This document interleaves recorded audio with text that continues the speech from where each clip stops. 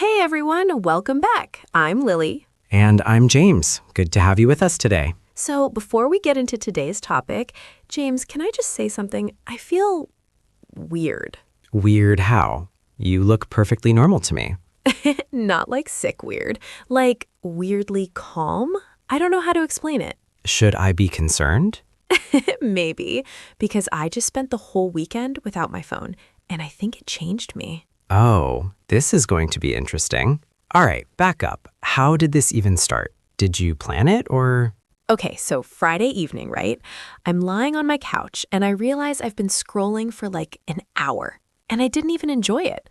I wasn't watching anything interesting. I wasn't learning anything. I was just scrolling. The infinite scroll. It gets everyone eventually. Exactly.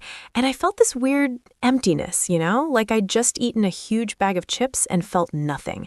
So I thought, what if I just didn't for the whole weekend? And you actually went through with it? I actually went through with it. No Instagram, no TikTok, no texting. Well, I told my family first so they wouldn't worry. But then I put the phone in a drawer. In a drawer. That's commitment. It felt dramatic at the time, but I needed the physical distance, All right, back up. How did this even start? Did you plan it or? So how long before you broke?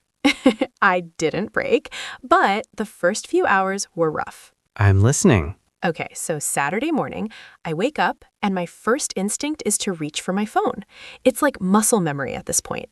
Alarm goes off, well, I used my old alarm clock, and my hand just reaches to the side of the bed, and it wasn't there. And what did you feel? Honestly, a little panicked, which is embarrassing to say out loud. It shouldn't be embarrassing. That's just how deeply habitual it's become.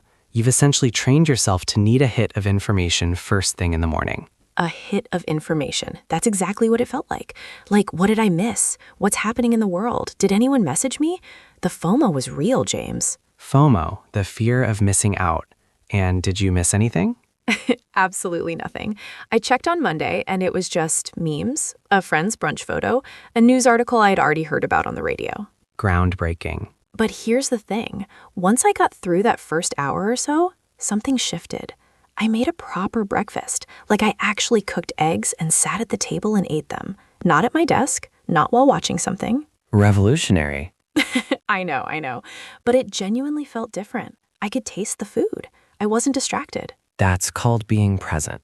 It used to be considered just normal. Okay, you don't have to say it like that. Sorry, that came out a bit harsh. I just mean it's interesting how something so basic now feels like an achievement. No, you're right. It did feel like an achievement.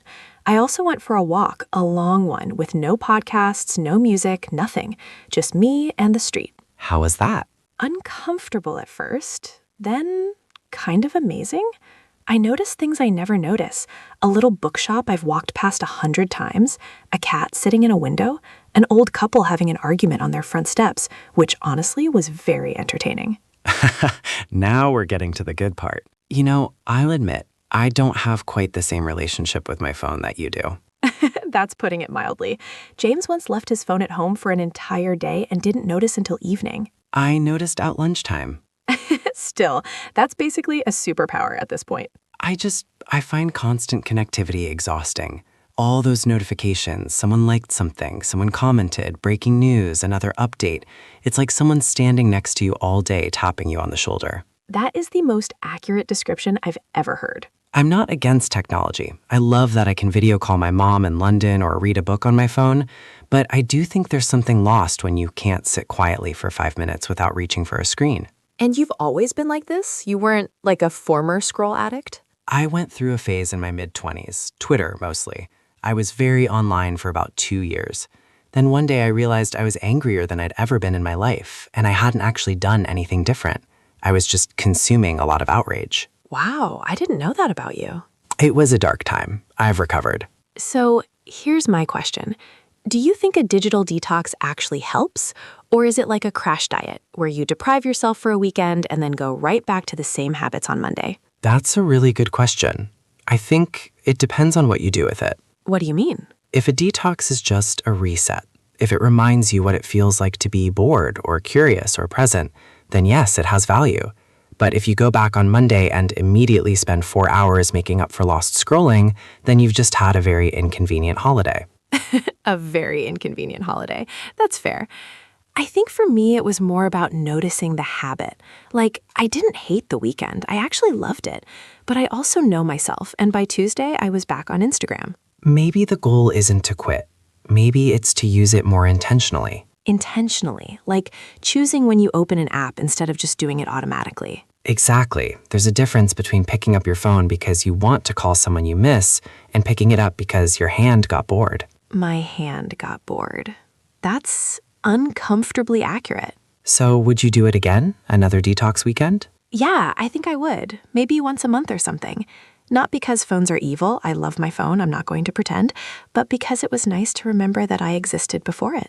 That's a lovely way to put it. What about you? Would you ever do a digital detox? I think I do a partial one most weeks, to be honest, but a full weekend, sure.